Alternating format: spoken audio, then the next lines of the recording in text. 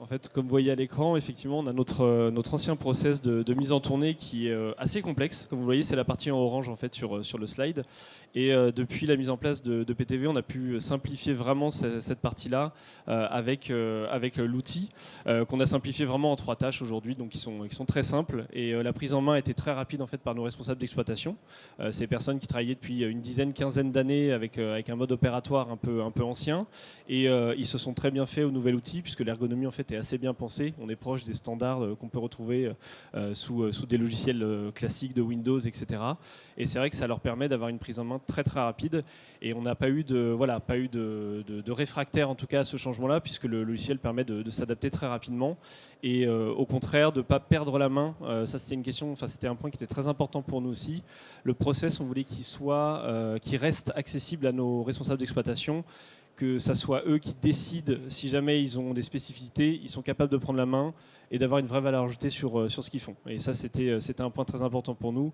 Et les équipes PTV nous ont accompagnés sur cette partie-là pour garder une grosse flexibilité.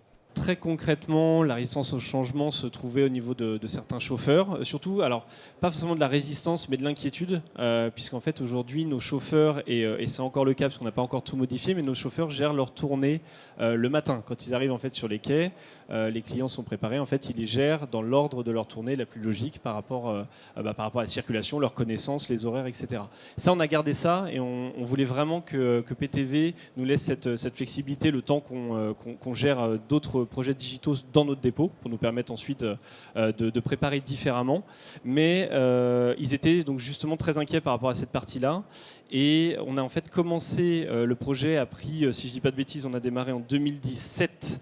Le tout début du projet, vraiment la genèse, on avait commencé à rencontrer plusieurs prestataires. Et en fait, on intégrait dans la phase de réflexion et de décision nos chauffeurs, parce qu'on a des postes de chauffeurs référents chez nous, donc des chauffeurs qui sont capables aussi de nous remonter les informations du terrain. Et c'est ces chauffeurs-là qui ont participé aussi à tout le projet, puisqu'ils ont été mis en fait dans les premières réunions un an et demi avant qu'on aboutisse vraiment au démarrage de PTV. À la mise en place, ce qui était très important pour nous, que ce soit responsable d'exploitation ou chauffeur, c'est qu'en fait, la différence se fasse, le passage se fasse en toute transparence.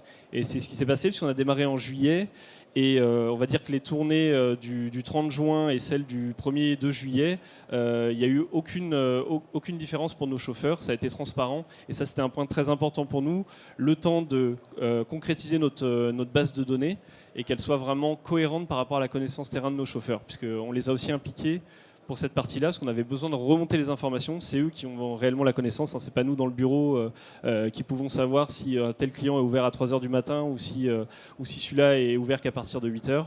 Et ça, en fait, on a fait participer nos chauffeurs à remonter les informations. Et en fait, ils ont pris part aussi au projet à travers ces données.